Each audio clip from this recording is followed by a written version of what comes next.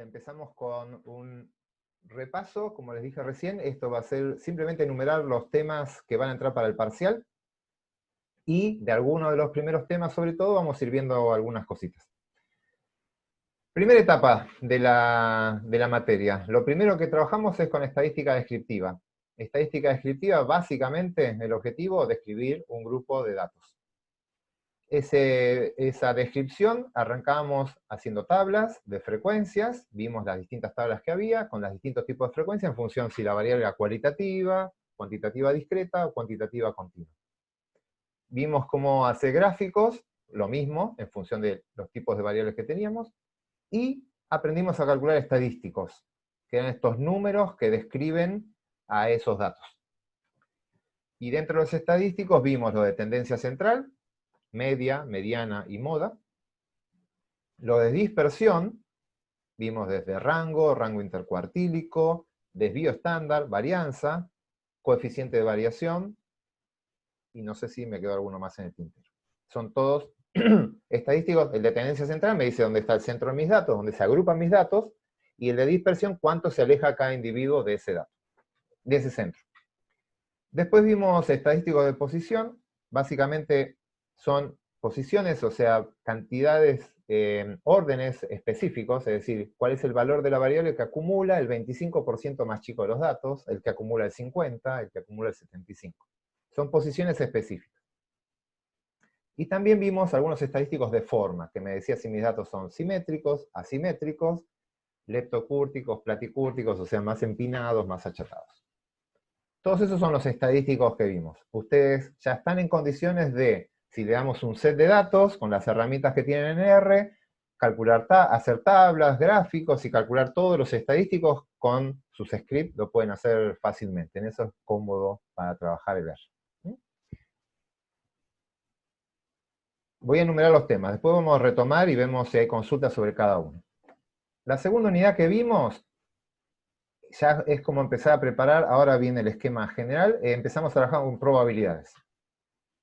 Dentro de probabilidades trabajamos con experimentos aleatorios, donde interviene el azar, y trabajamos con probabilidad de eventos. La probabilidad de A, la probabilidad de A intersección B, la unión, intersección, condicional, y de distintos eventos, de distintos cálculos de probabilidades que hacíamos, pero para eventos. Y al final de ese tema de probabilidades aparecía qué pasaba cuando teníamos dos variables. Había casos medio específicos donde había dos variables y trabajamos con tablas de contingencia de las dos variables, y calculábamos probabilidades ahí. Y ahí lo más importante es detectar bien el tema de las probabilidades que están condicionadas. Ahora viene un poquito de eso. Tercer tema, distribución de probabilidades. Una cosa es la probabilidad de un experimento y que yo vea la probabilidad de un evento. Ahora, si quiero saber la probabilidad de todos los posibles valores de una variable, ya no iba a calcular la probabilidad de que ocurra esto, dado esto, sino que voy a recurrir a modelos matemáticos. Modelos matemáticos que describen el comportamiento de las probabilidades de X a lo largo de todo su dominio. Esas X que tratamos de calcular sus probabilidades, las dividimos en dos grupos: distribuciones de variables discretas, variables aleatorias discretas, o distribución de variables continuas. Dentro de las discretas, vimos modelos matemáticos que son el de Bernoulli, binomial y Poisson. Son tres modelos que describen procesos distintos. Bernoulli, bueno, después vienen cada uno de las definiciones y demás, así que son tres procesos distintos, cada uno con un modelo matemático que va a describir cómo se comportan sus probabilidades. Para el caso de que el proceso que estamos estudiando sea continuo, lo que registraron es una variable continua, solo vimos las variables con distribución normal. No quiere decir que sea el único modelo que existe, ¿eh? Hay un montón de otros modelos matemáticos que describen procesos continuos. Nosotros en este curso solo vimos el normal. Bien, acá vimos cómo trabajar con X, y además vimos cómo trabajar con X raya, que también seguía una distribución normal, que era el teorema central del límite. Después pasamos a estimar parámetros. Estimamos parámetros. Estimar parámetros básicamente lo vimos como hacer intervalos de confianza. Y el intervalo de confianza que aprendieron a hacer es el de la media de una población, cómo estimar la media de una población. Y tenemos dos situaciones, si sigma es dato, o sea, conozco la varianza, el desvío estándar de la población, o si sigma es desconocido, no es dato. Acá sería, este sería una distribución Z y esta una distribución T. Y después de esto empezamos a plantearnos hipótesis, que son escenarios. Yo planteo escenarios y me fijo con mi muestra si ese escenario que planteé es creíble o no, lo rechazo o no lo rechazo. Y vimos dos hipótesis, dos tipos de hipótesis distintas. Para la media de una población, para mu, y planteábamos, esperen que pongo acá, y planteábamos hipótesis bajo H0, que la mu era igual a un determinado valor, a 8, y bajo la hipótesis alternativa, que la mu era distinto de 8. Con todas las características de cómo se plantea una hipótesis y demás, los errores que podemos cometer, eso lo vamos a repasar, calculo que el jueves. Y de vuelta a esto teníamos dos situaciones, cuando sigma es dato y cuando sigma no es dato. Cómo calculábamos las probabilidades de error y demás. Y otras pruebas de hipótesis que vimos son las que, en el contexto de análisis de frecuencia, lo que estoy analizando son frecuencias, generadas por variables que son tomadas como cualitativas. Son variables cualitativas. O variables que no son cualitativas, pero yo las cualitativizo, las voy a trabajar con categorías. Y vimos dos situaciones. Cuando teníamos una sola variable, eran las pruebas de bondad de ajuste. Yo decía, buen ajuste a una distribución de probabilidades teóricas, pero era una sola variable.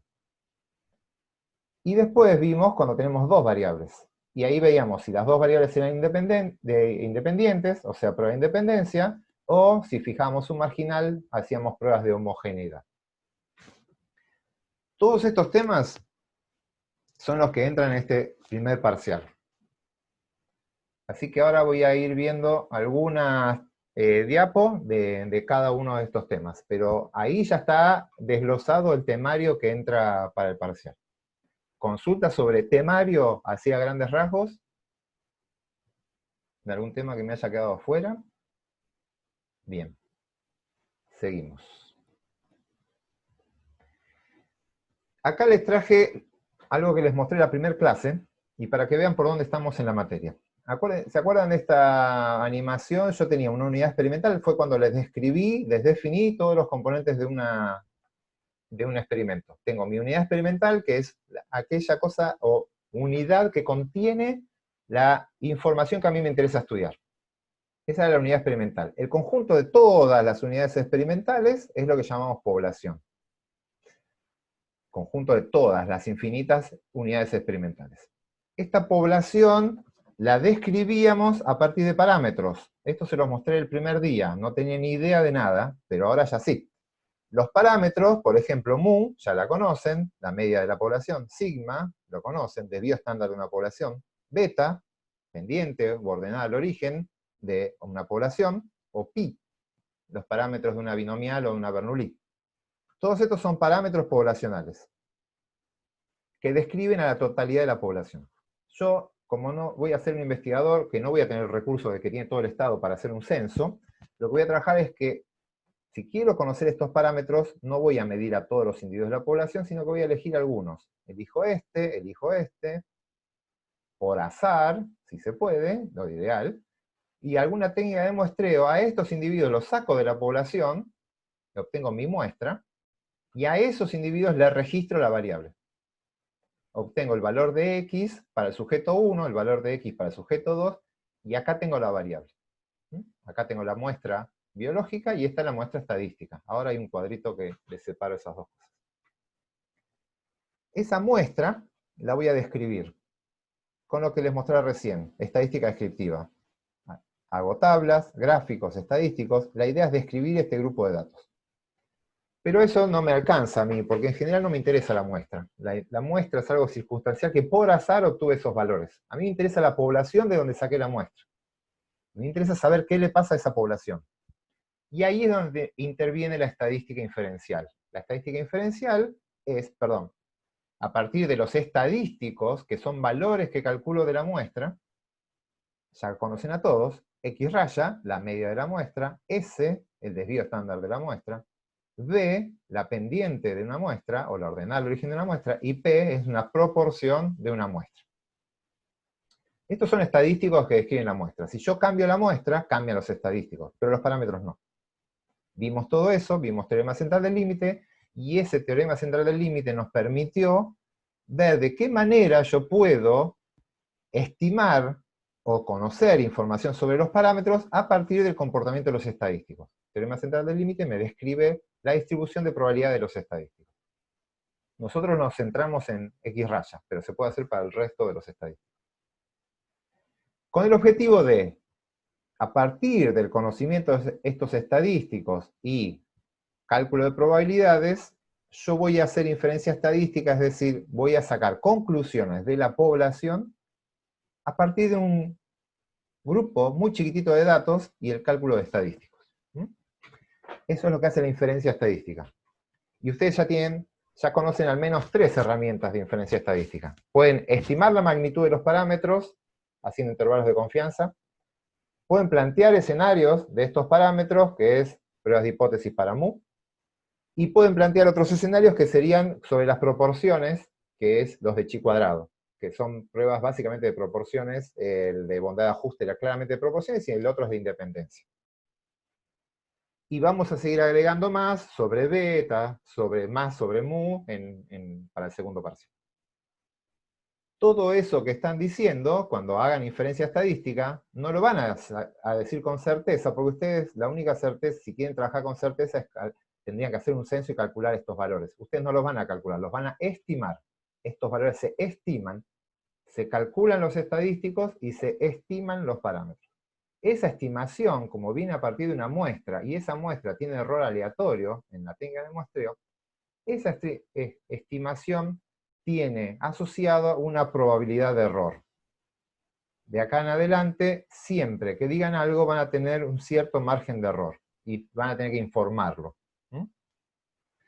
Y por eso estuvimos estudiando la distribución de las variables, la de X raya, y calculamos probabilidades en todas esas circunstancias, para poder llegar a calcular el p-valor. Básicamente es el cálculo del p-valor.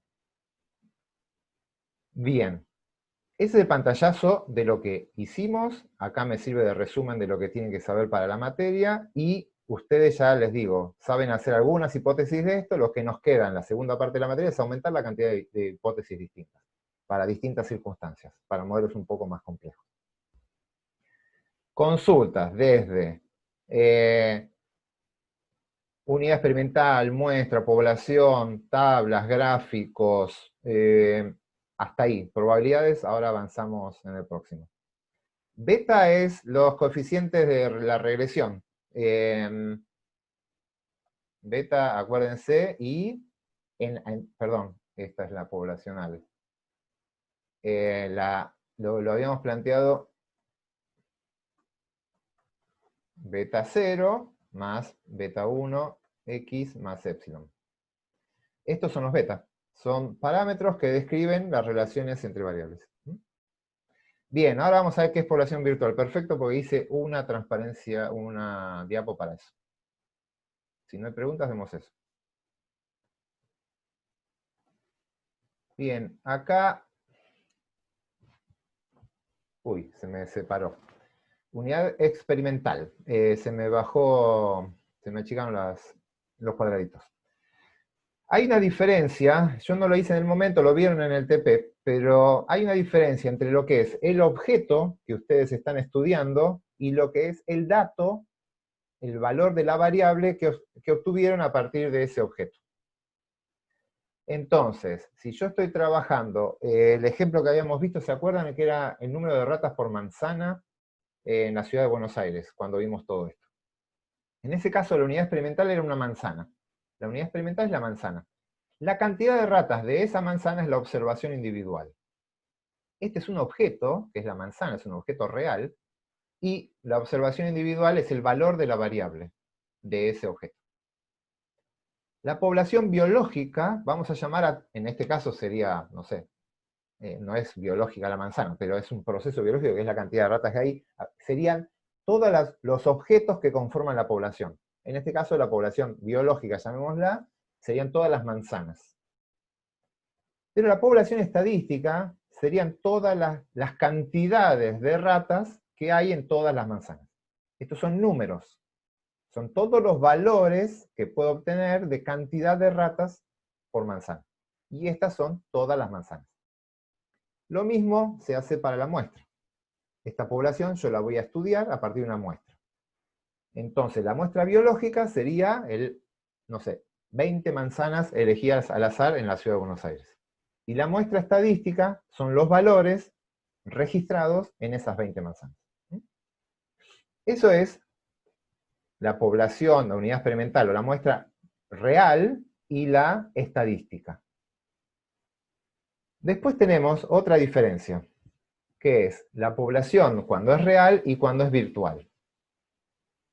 La población virtual se refiere a una población que técnicamente no existe en la actualidad, sino que la vamos generando a partir de que vamos estudiando. Y esto es común si yo trabajo con experimentos. Si yo hago experimentos, tengo ratas. Esto es una rata. Y a esta rata le aplico un tratamiento. Algunas ratas están sometidas con una droga A, y otras ratas están sometidas con una droga B. La población serían todas las ratas sometidas a... Vamos a hacerlo bien fácil, solo tengo una droga. Esto va a ser para el segundo parcial, así que ahora tengo una sola droga. Y aplico a ratas que les aplico la droga A. La población, en realidad, la población no existe, porque serían todas las ratas a las que les podría aplicar la droga A. Y eso no existe ahora, porque las ratas no están todas drogadas. Entonces, eso se dice que es una población virtual. Es una población que se va a ir generando a medida que yo avanzo con un tratamiento.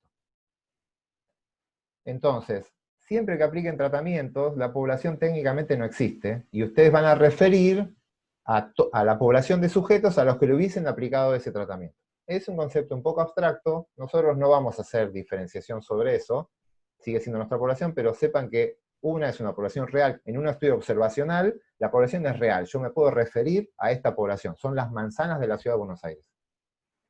Pero si yo empiezo a hablar de las manzanas tratadas con tal rodenticida, la población ya va a ser virtual. Serían todas las posibles manzanas que yo trato con este rodenticida. Es eso. ¿Dudas? No hay dudas. Perfecto. Pasamos a hacer... ¿Sí? Geraldine, no sé si es pregunta o se abrió el micrófono. Pusieron algo en el chat. ¿En el chat? ¿Por qué la distribución de Poisson lambda es igual a la varianza? Ah, bien, ahora vamos a llegar a lambda, entonces a Poisson. Primero en dudas, veamos dudas de probabilidades, ahora, perdón, de descriptiva hasta ahora.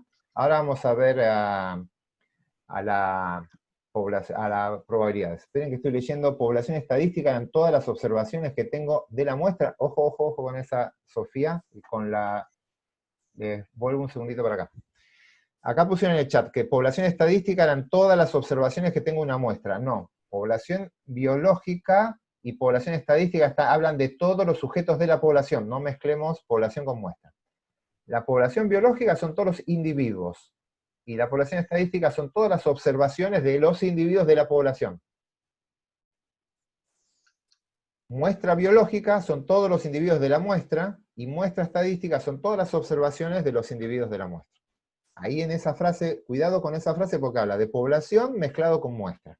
Así que, por eso digo, cuidado con esa pregunta. Espero que haya quedado claro, Sofía, perdón. Bien, vemos un poquito de probabilidades. Y después vemos distribución de probabilidades. Y creo que con eso vamos a terminar hoy, y la clase que viene vemos, el jueves vemos los otros temas con más detalle.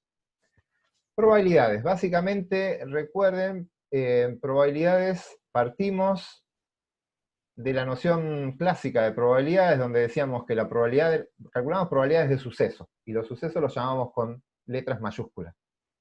La probabilidad de un suceso A, que esto viene de algún experimento donde intervenga el azar, un experimento aleatorio, básicamente lo calculábamos como el número de casos favorables al suceso A, dividido el numeral, el número de casos posibles.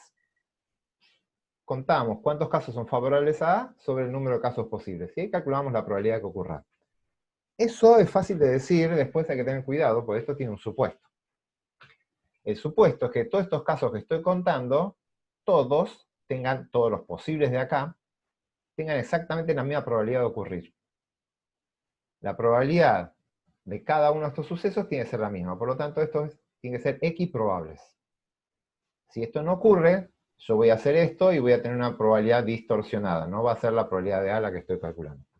Si ese supuesto es válido, decíamos si las cartas eran iguales, si las bolitas tenían el mismo peso y todo lo demás, si las monedas no se distorsionaban y varias de esas cosas, era todo equiprobable, teníamos algunas reglas.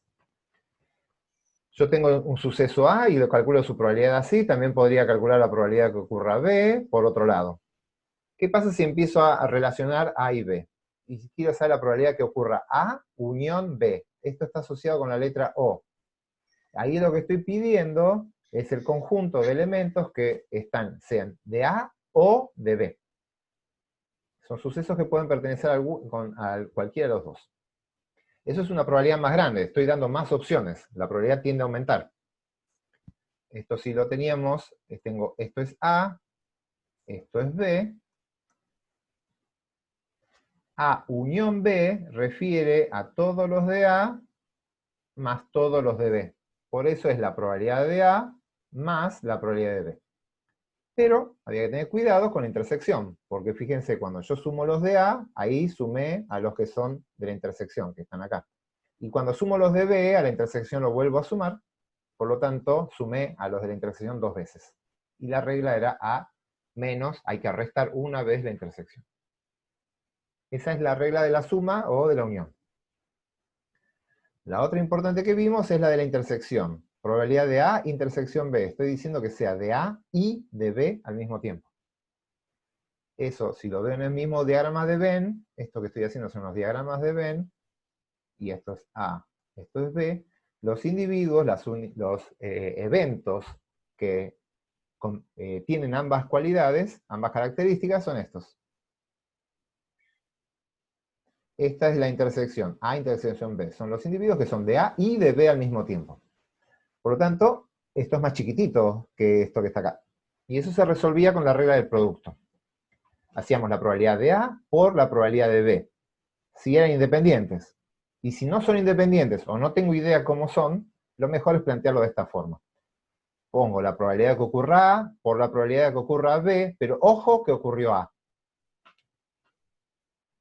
Y por otro lado, perdón que a mí se me desplegó todo esto. Bueno, tengo problemas con el chat flotante. Y si no, la otra es proponer la probabilidad al revés, probabilidad depende de quién ocurra primero, la probabilidad que ocurra B, por la probabilidad de que ocurra A, dado que ocurrió B. Después yo me fijo si A afecta en algo a B. Si la probabilidad de B dado A, o sea, si A afecta la probabilidad de B, esto va a ser un número distinto que la probabilidad de B.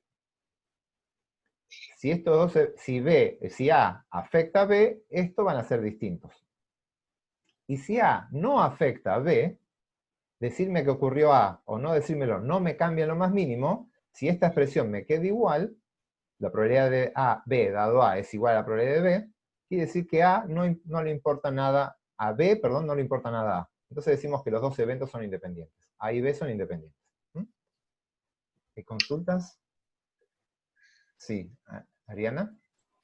Sí, me acuerdo que en muchos ejercicios, cuando había intersección, eh, había que hacer probabilidad de A por probabilidad de B, más probabilidad de B por probabilidad de A.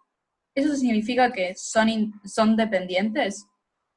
Que no es lo mismo hacer probabilidad de A por ¿Cuándo probabilidad hacían de eso? B dado A. ¿B dado A? Eh, No, B no, dado A es otra cosa. había muchos ejercicios que si en una intersección de probabilidad A y B Sí. hacías probabilidad de A por probabilidad de B, es como que te faltaba multiplicarlo por 2. y tenías que hacer más probabilidad de B por probabilidad de A, como que si la... No, ya creo que, a ver, eso que estás diciendo es si A y B son independientes, pero lo que te importa es el orden. Eso es otro Claro, tema. si el orden importado o algo así, ¿eso Sí, en qué, ahí vamos. ¿cómo se dice? ¿En qué momentos tengo que hacer eso? Porque no, Bien, o sea, sí, vamos a ver. Acá estoy poniendo A y B, y es la probabilidad que ocurran los dos a la vez. Pero a veces a vos te importa el orden en que ocurren y a veces no.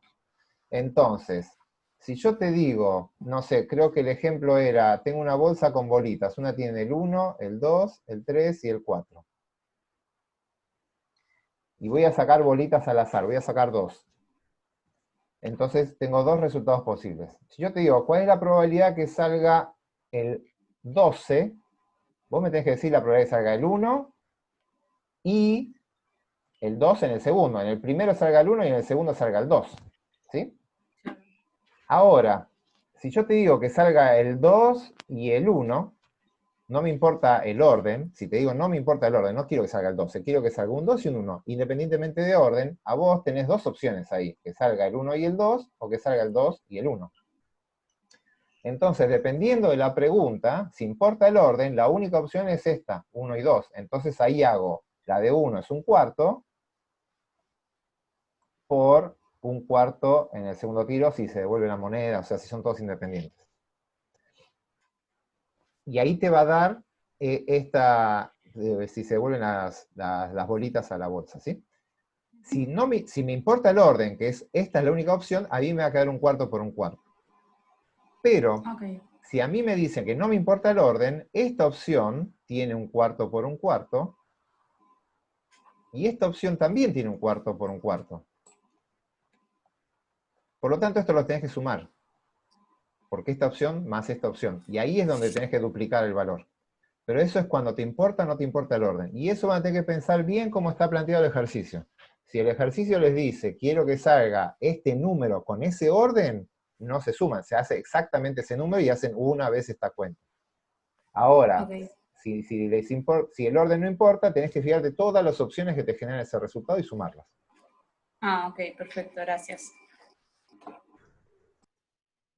Profe, ¿podés repetir lo de la intersección cuando es suceso independiente y cuando es suceso dependiente? Bien. A lo que voy es, esta es la fórmula general, esta que está acá. Probabilidad de la intersección es probabilidad de A por la probabilidad de B dado A. Pero, esta misma expresión, si son independientes, esto me va a quedar la probabilidad de A, pero por la probabilidad de B, pero A, si son independientes, A y B son independientes, que me diga que ocurrió A, es lo mismo que no me digas nada, porque no aporta información nueva sobre el suceso B, no modifica nada la probabilidad de B.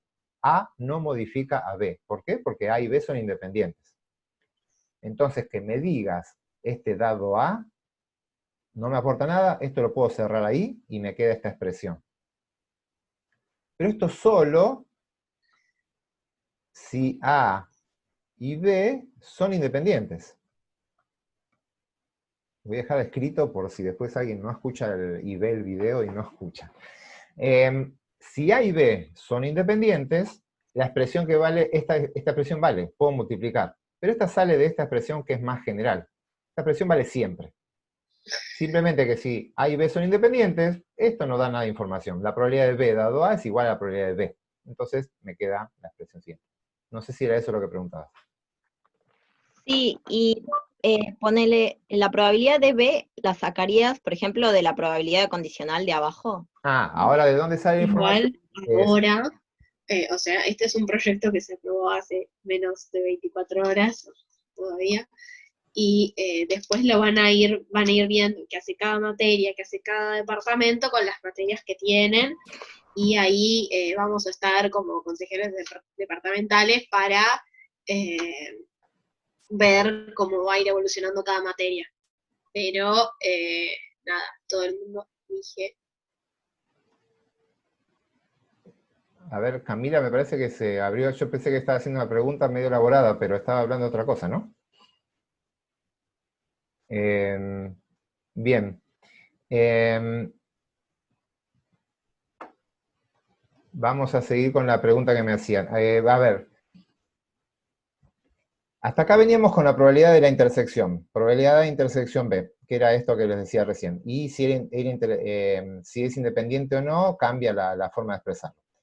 La otra probabilidad que tenemos que ver, que para mí es el punto más complicadito acá, es que ustedes tienen que ser capaces de distinguir es esta situación, la intersección de una probabilidad que está condicional. Probabilidad condicional, a mí lo que me dice es, ¿cuál es la probabilidad de A? Solamente de A, no de las dos, la probabilidad de A, pero ojo que ya ocurrió B. Recuerden que esto era el ejemplo que yo les daba para distinguir entre una intersección y una condicional era, tengo una bolsa llena de unidades experimentales, lo que sea, individuos, y si yo meto una mano, la bolsa está llena de individuos, quiere decir que está toda la unidad, todo el espacio muestral dentro de la bolsa. El espacio muestral no está condicionado. Entonces saco un individuo al azar.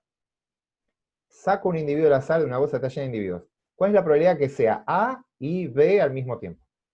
Eso es claramente una intersección. Es lo que tenemos ahí como la regla de producto. Ahora les digo otro ejemplo. Yo les digo, tengo una bolsa donde solo tengo individuos B, de tipo B. Solo tengo B. Una bolsa llena de B. ¿Cuál es la probabilidad de que saque A? No son excluyentes, ¿eh? No es que son B y A. Vamos a hacerlo con un ejemplo más real porque si no va a generar lío. ¿Se acuerdan con los daltónicos? Vimos un ejemplo, aquí está acá. Acá. Voy a ver esta tabla de acá. Acá tenemos un caso donde tenemos dos variables, es más fácil de ver eso. Tengo género, varón, mujer, y tengo que son daltónicos o no. Habíamos visto que está relacionado, ya esto lo vimos, el daltonismo está muy asociado al género. Entonces, yo puedo preguntar, una intersección, esta, varón, intersección daltónico. ¿Cómo debería estar hecha la pregunta para ver esta probabilidad? Yo debería decir, elijo un individuo al azar, individuo, no dije ni un género, ni un si es enfermo o no, un individuo, eso me habla de todo el espacio muestral, elijo un individuo al azar, ¿qué tan probable es que sea varón y daltónico? Entonces, por un lado está la I, que a veces es bien explícita con la I, y a veces no tanto, pero lo que es central, que tienen que entender ustedes en esta frase que yo dije, extraigo un individuo al azar. No estoy extrayendo ningún grupo en particular, así que estoy hablando de todo el espacio muestral. Ahora, ¿cómo sería la expresión para esta, que es una probabilidad condicional? Acá el que condiciona es daltónico. Por lo tanto, si elijo un daltónico, si ya tengo un daltónico, perdón, ¿cuál es la probabilidad que sea varón? Daltónico no tiene probabilidad de ocurrir, ya ocurrió. Daltónico es un hecho. Y dentro de los daltónicos estoy viendo cuántos son varones. Ya no digo elijo un individuo al azar. Por lo tanto, es como que yo tengo una bolsa llena de daltónicos y saco un varón. Acuérdense de esa expresión. Y en el caso anterior, la bolsa está llena de individuos. Y acá la bolsa está llena de daltónicos. Y ahí se dan cuenta quién está condicionando y quién no. Este tipo de ejemplos los vieron, hay muchos ejercicios en la guía que son de estos, o sea, básicamente son dos grupos de ejercicios, uno de probabilidad de A y B y demás, y el otro es que ya tienen dos variables. Tienen las dos variables, y con las dos variables a ustedes les van a dar, o les dan una condicional, o les dan un marginal, y ustedes con eso van rearmando toda la tabla, y después con esa tabla van calculando las probabilidades. Y las probabilidades lo que tienen que darse cuenta es si las probabilidades son marginales, es decir, están en un borde de estos, en uno de los márgenes, están adentro de la tabla, o sea, que conjuntas pero involucran a todo el espacio muestral, o las condicionales que están fuera de la tabla, porque son donde el espacio muestral ya está condicionado, así que no es acá adentro. Consulta de probabilidades. ¿Me dicen la hora, por favor? ¿Alguien en el chat? Y mientras, si alguien tiene consulta de probabilidades, 15:50. Bien, vamos a ver un poquitito de distribución. Si no hay consulta de probabilidades, pasamos a distribuciones. Profe, mi consulta ¿Sí? acá sobre la tabla de contingencia iba más porque hicimos un ejercicio de cuando hicimos pruebas de homogeneidad e independencia, Bien, y nos preguntaba, por ejemplo, la probabilidad de, en este caso, con esta tabla sería de daltónico, no, de que sea varón, dado que es daltónico. sí. Entonces, ¿cómo se sacaría si es una sucesión independiente? Si son dependientes, ahí, Independiente. no, si son, repetime. Independientes, Ah, son si son sucesos igual la independientes. fórmula puedes aplicar igual. La fórmula general la aplicás para siempre, para todos. El tema es, si vos tenés un ejercicio de frecuencias, tenés esto, lo que primero tenés que hacer es pasarlo a probabilidades. ¿Mm? Hay varios caminos. Lo mejor es hacer, si tenés una tabla de frecuencia, dividís a todos por el n, porque esto tiene que ser Sí. 1, y llegás a tu tabla de frecuencias. Entonces, vos querés, ¿me repetís cuál es la pregunta que querés? ¿Varón dado que es daltónico o al revés? Y se me fue. No me acuerdo quién preguntaba. No sé, Es varón dado que es daltónico, sí. probabilidad de que sea varón, dado que es daltónico. Bien, y acá vamos a la formulita, está en la diapo anterior, es la intersección de ambos, probabilidad de B intersección daltónico, sobre el que condiciona la estructura general, sobre la probabilidad de daltónico.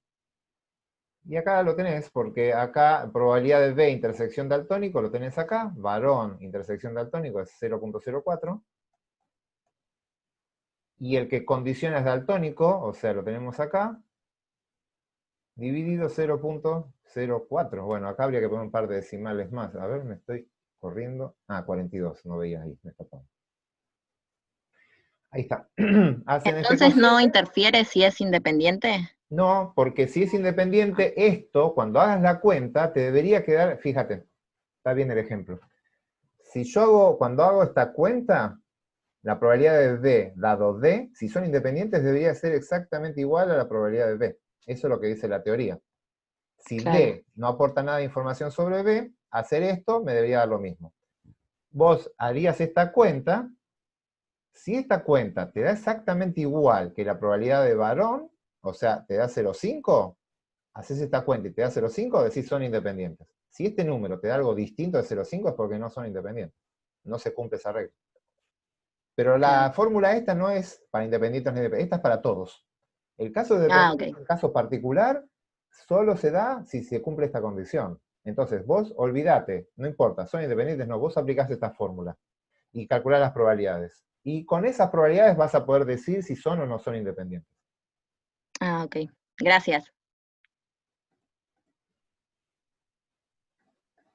Bien, avanzamos un poquitín más. Eso es para calcular probabilidades, a lo sumo para tablas de contingencia. ¿Qué pasa cuando tomamos más, ya queremos trabajar sobre variables? Bien, vimos que había variables discretas y variables continuas. Y dentro de las discretas empezamos a ver unas variables de este estilo. El ejemplo era, la probabilidad que un recién nacido sea varón es de 0,51.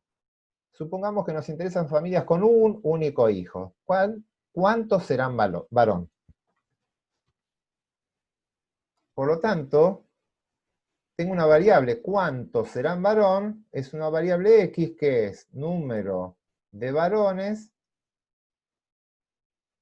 en familias con un hijo. Esta es una variable bastante simple, porque la variable X puede tomar 0 varones, si el único hijo es mujer, o 1 varón, si el único hijo es varón. Tiene dos valores posibles, son variables dicotómicas estas, porque el n es igual a 1. Este era un caso de una variable que sigue una distribución de Bernoulli, que creo que en la guía hay un solo ejemplo de Bernoulli. Esta variable, decimos X, sigue una distribución Bernoulli. Lo que tenemos es número de eventos en una única observación. Por lo tanto, el número D se transforma en presencia-ausencia, vivo-muerto, 0-1.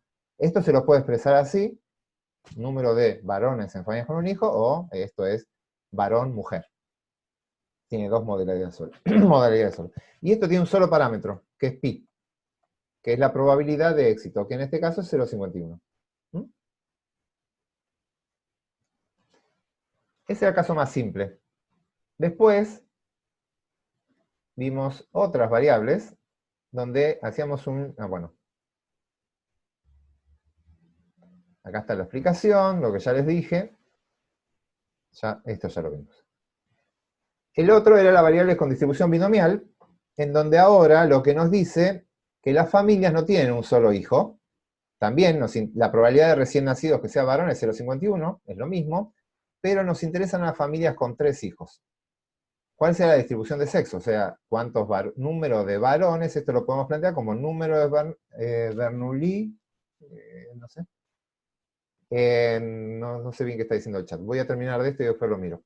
Acá lo que digo es, lo que cuento, acuérdense, estas son variables discretas, son conteos, número de algo. Voy a hacer número de varones en familias con 3 hijos. Ahí el n es de 3, y voy a contar número de varones, que esto es mi éxito. Número de éxitos en n intentos. 3 hijos. La variable va a tener 4 modalidades posibles. Que todas sean mujeres, de las 3 mujeres, un varón y 2 mujeres, 2 varones y una mujer, o los 3 varones. Son los 4 valores posibles. Si estoy en esa situación, donde tengo número de éxitos en n intentos, y la probabilidad de éxitos es constante, esto es fundamental, probabilidad de éxito constante, ¿qué quiere decir? Que la probabilidad de que salga varón el primer hijo es 0,5, la probabilidad de hijo en el segundo sea varón es 0,5, la probabilidad de que sea varón el tercero es 0,5, se mantiene siempre constante. Estoy en condiciones de decir que X sigue una distribución binomial. Y binomial tiene 2 parámetros, N y P. No, con el formato viejo. N y Pi. Con el formato nuevo. Y pi es la probabilidad de éxito, perdón, acá también. ¿Cómo sigo? Hace un par de años que ya cambiamos a todas letras. Esto es un pi, que es la probabilidad de éxito, que es constante. Pi es constante, y en este caso es 0,51. Y el n es 3. Ustedes tienen toda la formulita para ir calculando. Bien, ¿qué más de una binomial? Bueno, todas las distribuciones tienen esperanza y tienen varianza. En el caso de la binomial, la esperanza de x era n por pi. ¿Cuánto es el número de varones que espero encontrar en una familia? Simplemente digo, bueno, si tengo 3 hijos y el 51% es varón, hago 0,51 por 3. Y ahí me dice cuántos varones espero encontrar. Y también tengo una varianza de x, que va a ser n por pi por 1 menos pi. N por la probabilidad de éxito por la probabilidad de fracaso. Ahí voy a tener la esperanza y su varianza. A ver si hay algo más de la binomial, y vemos la Poisson, y creo que vamos a dejar ahí. Esto ya lo vimos. Esta es la descripción. Bien, y después tenemos, a ver si está el ejemplo acá. No, no está el ejemplo. Las variables de tipo Poisson, que lo que hacemos es, contamos de vuelta cantidad de, pero ahora son eventos, acontecimientos, eventos, sobre un continuo. No sobre n repeticiones de un experimento. Ya va Gustavo. Se bajó. Voy a contar número de cosas que ocurren en una determinada cantidad de tiempo, espacio o volumen. Este continuo siempre es tiempo, el espacio o volumen. Eso sería la cantidad de continuo. Y lo que hago es contar eventos por cantidad de tiempo. Lo que sí tiene que ocurrir es que esos eventos sean independientes. Si cuento un evento, no me tiene que dar ni aumentar la probabilidad que vuelva a ocurrir otro, ni disminuir la probabilidad que ocurra otro, en el tiempo o en el espacio. Así que tienen que ser independientes entre sí. Por lo tanto, deben producirse al azar. Si se producen al azar, van a ser independientes. Y la variable se define como número, perdón, la variable va a ser, no está escrita acá, número de eventos por cantidad de continuos. Y tiene un solo parámetro, esa X. Sigue una distribución de Poisson, y el único parámetro que tiene es lambda. Y este lambda es la cantidad esperada de eventos bajo el continuo, o sea, el número medio de eventos por unidad de continuo. Bien, la Poisson tiene una característica particular, que la esperanza, que a esto iba la pregunta, la esperanza de la Poisson es lambda, y la varianza de X en la Poisson también es lambda. Los dos parámetros son iguales. Cuando ustedes hacen conteos, cuando cuentan cosas, si esperan encontrar pocos individuos, si tienen una esperanza baja, vamos a suponer que la esperanza es de 1, ustedes pueden tomar valores de 0, 1, a lo sumo 2 o 3, pero están muy cerca de la cota. Acuérdense, la distribución Poisson es asimétrica. Cuando la esperanza es baja, esta cota le restringe la varianza, porque no pueden tomar valores negativos. Entonces es como que, si usted tiene una esperanza por acá, la varianza va a ser chica, porque pueden tomar valores que no pueden ser negativos. Está acotada. Por lo tanto, la varianza está acotada si la esperanza es chica. Si la esperanza es grande, y esto se empieza a correr, y el pico de la Poisson se empieza a ser cada vez más alejado del 0, ya la varianza empieza a ser más grande. Entonces, a medida que yo me aleje del 0, la varianza va creciendo. Y cuanto más me aleje, más chata se va haciendo esa curva, porque el 0 sigue siendo un valor probable, la otra va a ser más así, y la otra más así, y así se van a ir alejando las distintas, si voy cambiando el lambda de la Poisson. Y es decir, que a medida que aumente la esperanza, termina aumentando también la varianza, en la misma magnitud. Por eso la esperanza y la varianza en una Poisson están asociados, conceptualmente. Y son el mismo valor. Bien, vamos a dejar acá, en variables con discretas, las consultas de esto, y la clase que viene terminamos de ver las continuas, normal, muestral, y empezamos a interrogar confianza y probabilidades como para cerrar esto. ¿Gustavo? Mi pregunta es la siguiente. Cuando vos tenés una sucesión de eventos, n eventos, todos con probabilidad constante, ¿sí o sí eso va a tener una distribución binomial? Pará, pero vos lo tenés restringido, vos tenés un n de eventos y cada evento es dicotómico. ¿Estás hablando ahí? Cada evento es dicotómico con una probabilidad constante y son independientes. Sí, sí. El modelo adecuado para describir ese proceso debería ser el Poisson, sí, el binomial, tranquilamente, sí. El binomial. Tiene una moneda 5 veces y es todo azaroso, el binomial te va a andar perfecto. Te pregunto porque había un ejercicio en la práctica, en realidad es una práctica de más adelante, pero no importa, porque yo el problema lo tengo con este asunto, con lo de la binomial. Había que ver si unas semillas que germinaban en unas bandejas, que eran todas bandejas de A6, conjuntos Sí. de seis semillas en cada bandeja, y había que ver, ¿germina o no germina? Perfecto. Entonces, claro, yo digo, la probabilidad de que cada semilla germine es un evento independiente, todas las semillas son diferentes, una no influye en la otra. Si bien esa probabilidad, ¿cómo? Eso lo estás asumiendo vos. En la naturaleza no lo sabés. Y si yo elijo Sí. X cantidad de semillas,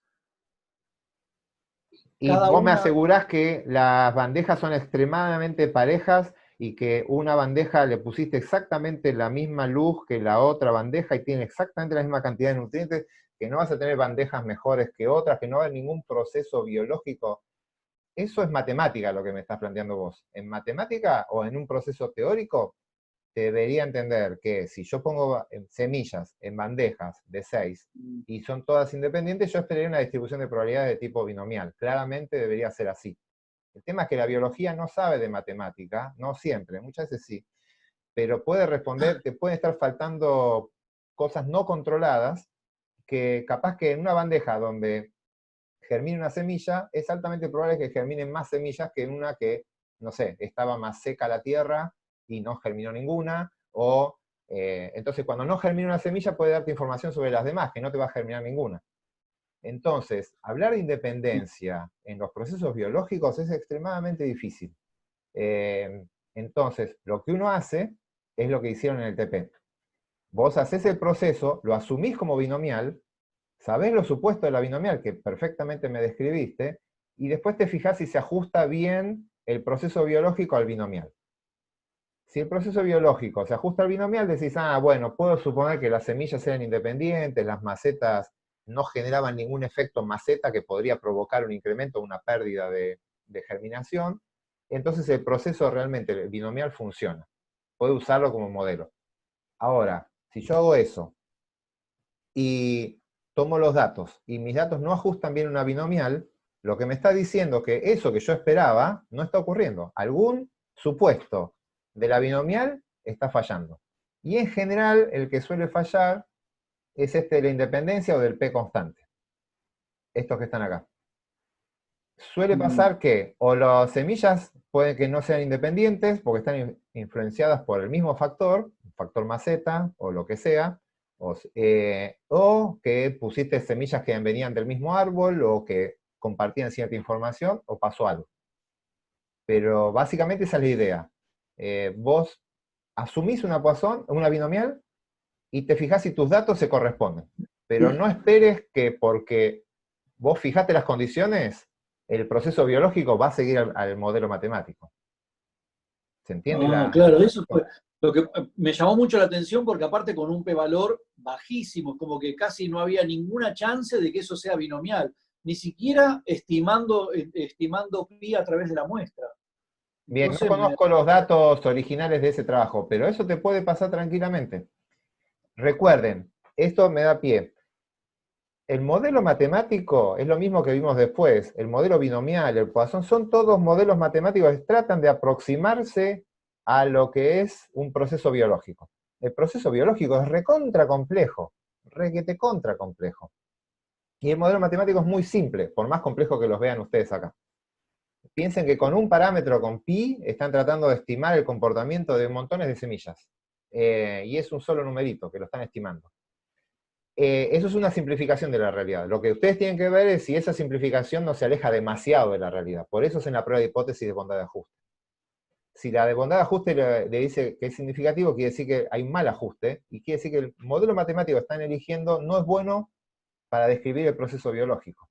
Por lo tanto, esos supuestos que ustedes hicieron en el proceso biológico no se cumplen. Básicamente es eso. Perfecto, gracias. Lautaro. Hola, sí, quería hacer una pregunta, que es, en el PowerPoint de la clase cuando diste esos temas, decías que se podía pasar, no sé si el gráfico era similar o se podía pasar de una binomial a una Poisson. Sí. Y era cantidad de enfermos, creo, sobre muchísimas personas. Sí. Pero no entiendo cuál es el continuo ahí, por cómo lo podemos pasar a Poisson si no hay un continuo. No, pará. Ahí hay un concepto que hay que tener cuidado. No es que se pasa de una binomial a Poisson. Se parece. Se parecen, exactamente. X puede ser una binomial, y la binomial, si el n es muy grande, no sé, en este caso era 500.000, es discreto, hay 500.000 personas, no es un continuo. Son 500.000 personas. Y una probabilidad de éxito muy, muy baja, creo que el pi era 0.005. En estas circunstancias, una variable que sigue una distribución de probabilidad de tipo binomial tiene un comportamiento similar al de una Poisson. Pero la variable es binomial, nunca deja de ser binomial. Por eso no tenés que esperar un continuo. Lo que ocurre es que cuando el n es tan grande, esto es discreto. Yo voy a tener los 500.000 datos posibles acá. Son tantos que se comportan casi como un continuo, y es como mirar número de eventos por hora, o número de eventos por centímetro, o número de eventos por... Pero en realidad estás viendo el número de enfermos sobre habitantes. Son dos discretas. Entonces, se aproxima a una binomial, pero no quiere decir que la convierto en una binomial. Uso las probabilidades de la tabla o de los cálculos de la binomial y puedo calcular de la Poisson, y me va a dar un resultado muy parecido de la binomial. En la práctica no tiene sentido. Ustedes ya tienen una función que les va a dar cualquier binomial. Ponen acá, pueden calcular cualquier pregunta de una binomial y usen la binomial. la variable nunca va a dejar de ser binomial. El concepto es que las distribuciones se hacen similares. Simplemente eso, no es que se convierten. No Claro, sé si quedó y claro. una pregunta Sí. más. Viste que a veces decimos, para que se parezca una binomial a una normal Sí. o a una o sea simétrica, ¿es lo mismo buscar que una binomial sea simétrica o normal? Porque cuando es normal es simétrica, pero cuando es simétrica es normal. No. O sea, la binomial, sí, está bien la pregunta, ya entendí. La binomial tiene dos cotas. Tiene una cota en 0 y tiene una cota en 1. Es simétrica cuando me alejo de las dos cotas. Si estoy cerca de esta cota, bueno, no es así, tendría que hacer rayitas, perdón, vamos a hacerlo bien claro. Vamos a hacer, es una variedad discreta, así que esto va a ser así, y se hace bien asimétrica cuando estoy cerca del 0, o bien asimétrica cuando estoy cerca del 1. ¿Cuándo se hace simétrica? Y cuando estoy lejos de ambos. Cuando estoy en el 0,5, por ejemplo, ¿no? No necesariamente acá, pero acá van a tener una distribución bastante simétrica. Que sea simétrica no alcanza para que sea binomial. Porque podés tener simétrica, pero tenés pocos valores de x. Entonces es muy discreta para que la llames para que se aproxime bien una normal. Para que sea normal tiene que ser simétrica y además un n suficientemente grande como para que parezca más una continua. Tiene que cumplir las dos condiciones. Y lo que Claro. dijiste vos está bien. Si es normal, ya estás en una fase simétrica. Pero además sumarle el n mayor que 30. Y después están esos de que pi, n por pi sea Eso es para que sea igual. simétrica. Esos dos es que me alejé del 0. Que me alejé del 0 suficiente de acá, o que me alejé del 1. Que el n por pi mayor que 5 es que la esperanza se corrió de acá. Esto es Sí. y el n por 1 menos pi es que me alejé del otro lado. Eso es para la simetría. Y el n grande es para que La además... continuidad. La continuidad. Gracias. De nada. Milagros. Sí, lo que quería preguntar era si podíamos repasar un poco los supuestos de estas tres. Bien. Vamos a subir y empezamos por la primera. Bernoulli. Acá básicamente... No, Bernoulli, acá. Acá no hay demasiados supuestos. Esta es la más libre de supuestos. Cualquier ensayo que tenga una relación de dos eventos, dos resultados posibles, ya es Bernoulli, si lo mirás una sola vez.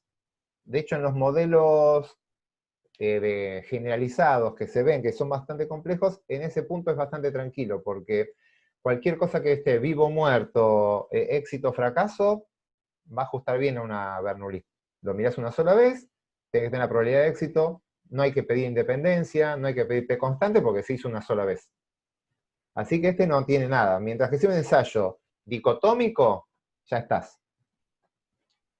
Cuando pasamos al binomial, creo que eso está por acá, ya tenés varios ensayos, n ensayos.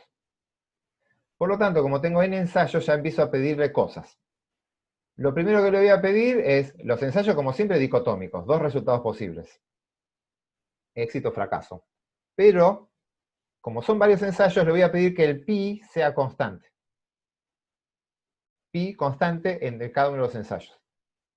Y lo otro que voy a pedir, que está asociado con esto, es que los ensayos sean independientes. Que si a mí me dio éxito el primero, no me dé ninguna información sobre el siguiente.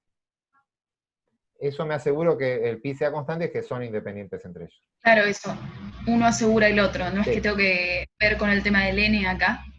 Y acá el n, no, acá el n, cada vez que ejecutás el ensayo, en cada uno de los n, tenés que asegurarte que el pi sea constante, o sea que esos sean n ensayos independientes.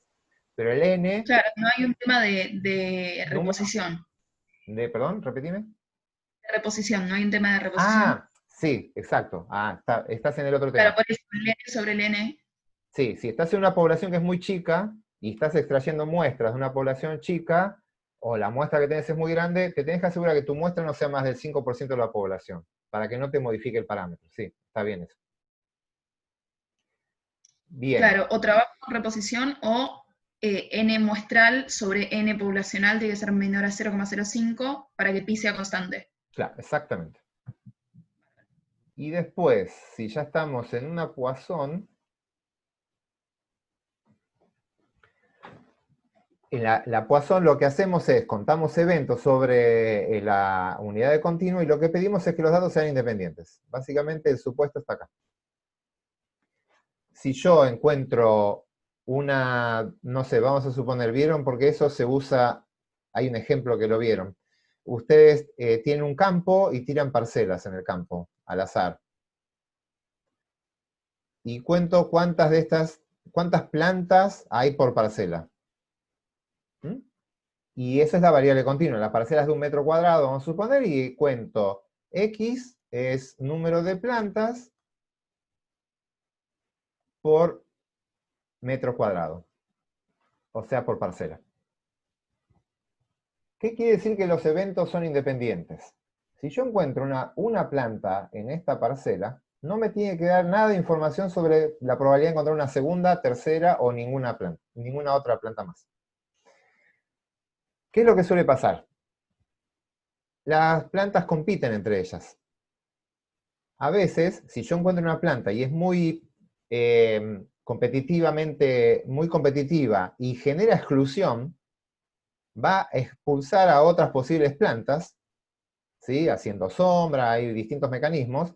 Entonces lo que me va a pasar es que voy a ir a una parcela, si encuentro una planta, seguramente no voy a encontrar ninguna más, porque se repelen entre ellas. Entonces las parcelas van a terminar con una plantita sola por parcela. Y voy a agarrar otra parcela y voy a encontrar una sola. Y voy a encontrar otra y voy a encontrar una sola. ¿Qué va a pasar acá? La esperanza de esto va a ser 1. Porque tengo una sola parcela por planta. Y la varianza va a ser prácticamente 0, porque todas las parcelas tienen una sola planta. Ahí la media y la varianza no van a estar relacionadas. Entonces, ahí no se cumple el evento de independencia, porque cuando hay 1, quito la chance que aparezca una segunda, entonces ya no se va a comportar como Poisson. Va a haber un mal ajuste en un modelo Poisson. Un modelo Poisson no es uno bueno para describir este set de datos. Y la otra cosa que suele pasar, se ven unos prácticos de ecología, y hay unos de bondad de ajuste acá en la guía, es que a veces las plantas, si yo tengo mi campo, hay parches donde hay buenas condiciones para las plantas, y cuando en esos parches hay un montón de plantas. Entonces voy a tener parches con un montón de plantas y parches sin nada. Entonces, algunas parcelas van a estar llenas de plantas, y otras parcelas van a estar vacías. ¿Por qué? Porque si encuentro una planta, es altamente probable que esté en un buen parche y voy a encontrar un montón de plantas. Entonces voy a tener algunas plantas llenas algunas parcelas llenas de plantitas y otras parcelas vacías. ¿Esto qué va a hacer? Que haya una alta varianza. Algunos tengo 500 y otros tengo 0. Alta varianza.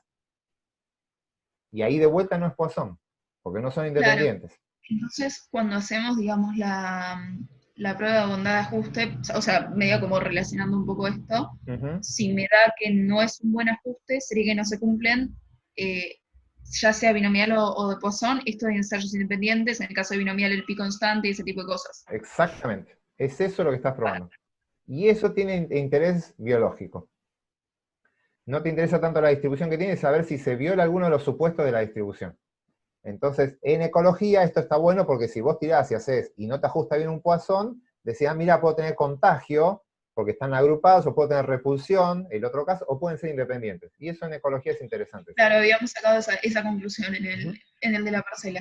Claro. O sea, por más de que no había buen ajuste, pudimos concluir el hecho de la repulsión o algo así, no me acuerdo qué resultado dio. No me acuerdo del resultado, pero esa es la idea, exactamente. Este lambda también requiere, para ser constante, para poder seguir considerándolo en cada ensayo, que trabajar con reposición y n sobre n, o n sobre n menor a 0,5. A ver, acá no estás sacando individuos, estás tirando parcelas. O sea, no habría que ver si... O sea, en cada parcela que el lambda siga valiendo lo mismo. No, ese se supone que sí, eso tiene que ser. Lo que te puede llegar a pasar es que, no, pero fíjate acá donde sería la población chiquita con muestra grande. Si yo tengo una parcela en mi área de estudio, que sería mi población, es de 1 hectárea, y pongo parcelas de, no sé, de muy grandes, lo más probable es que se me empiecen a superponer las parcelas, o que llene todo y no me quede espacio sin parcela. Y ahí, si yo pongo acá, cayó la parcela ahí, y esto ya lo anulo, no puede volver a caer, lo que queda va a estar distorsionado.